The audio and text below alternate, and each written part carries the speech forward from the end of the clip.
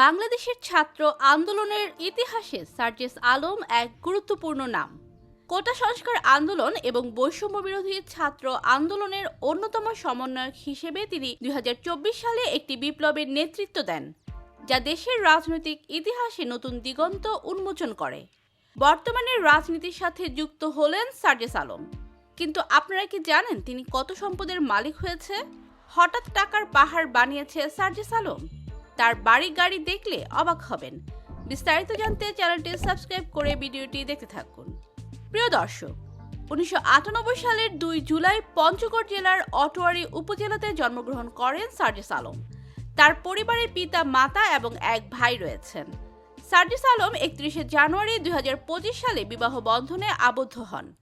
তিনি শিক্ষা জীবনে শুরুতে বিএফ শাহীন কলেজ ঢাকা থেকে উচ্চ মাধ্যমিক সম্পন্ন করেন এবং পরবর্তীতে ঢাকা বিশ্ববিদ্যালয়ের প্রাণিবিদ্যা বিভাগ থেকে স্নাতক ও স্নাতকোত্তর ডিগ্রি অর্জন করেন।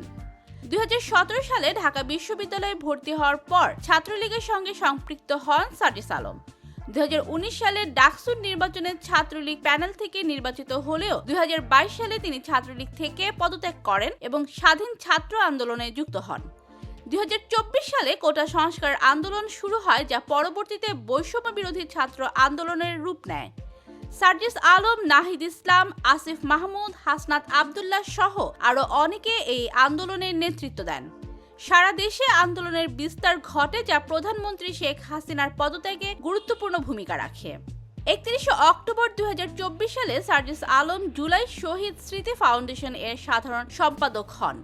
জুলাই শহীদ স্মৃতি ফাউন্ডেশনের কার্যক্রম নিয়ে বিভিন্ন বিতর্ক সৃষ্টি হয়, যেখানে বৈষম্য বিরোধী ছাত্র আন্দোলনের সমন্বয়ক রিফাত রশিদ কার্যকর উদ্যোগের দাবি জানান। এছাড়া সামাজিক যোগাযোগ মাধ্যমে সার্জিস আলমের মন্তব্য নিয়ে বিভিন্ন সময় সমালোচনা হয়েছে। তার সম্পদের পরিমাণ নিয়েও বিভিন্ন মহলে বিতর্ক চলছে। ২২ জানুয়ারি ২০২৫ সালে তিনি এই পদ থেকে পদত্যাগ করেন এবং বর্তমানে জাতীয় নাগরিক কমিটির কেন্দ্রীয় মুখ্য সংগঠক হিসেবে কাজ করছেন। বর্তমানে সার্জিস আলম ছাত্রদের নেতৃত্বে একটি নতুন রাজনৈতিক দল গঠনের কাজে যুক্ত রয়েছেন।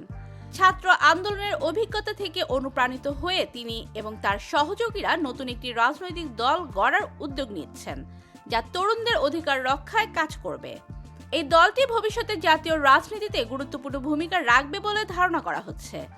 সার্জিস আলম বলেছেন, আমরা এমন একটি বাংলাদেশ গড়তে চাই যেখানে বৈষম্যের অবসান হবে, গণতন্ত্র প্রতিষ্ঠিত হবে এবং তরুণরা তাদের ভবিষ্যৎ নিজেরা নির্ধারণ করতে পারবে। রাজনীতিতে জনতার সেবার মাধ্যমে নতুন রূপ দিতে চাই, যেখানে স্বচ্ছতা ও জবাবদিহিতা থাকবে। তিনি আরও বলেন, আমাদের রাজনৈতিক দল কেবল ক্ষমতার জন্য নয়, বরং দেশকে এগিয়ে নেওয়ার জন্য প্রতিষ্ঠিত হচ্ছে। তরুণদের শক্তিকে কাজে লাগিয়ে আমরা অর্থনীতি, শিক্ষা, স্বাস্থ্য এবং প্রশাসনে পরিবর্তন আনতে চাই। এই দেশ আমাদের, আর আমরা সবাই মিলে একে এগিয়ে নিয়ে যাব। এদিকে সাম্প্রতিক সময়ে সার্জিস আলমের সম্পদের পরিমাণ নিয়ে ব্যাপক আলোচনা চলছে। অনেকে অভিযোগ করেছেন যে তিনি ছাত্র আন্দোলনের সুযোগ নিয়ে বিপুল পরিমাণ সম্পদ গড়ে তুলেছেন এবং অর্থের পাহাড় বাড়িয়েছেন। যদিও তার পক্ষ থেকে এইসব অভিযোগ অস্বীকার করা হয়েছে, তবে সমালোচকরা দাবি করছেন যে তার জীবনযাত্রার মান উল্লেখযোগ্যভাবে পরিবর্তিত হয়েছে এবং তিনি বেশ কয়েকটি ব্যবসায়িক প্রতিষ্ঠানের সাথে জড়িত রয়েছেন।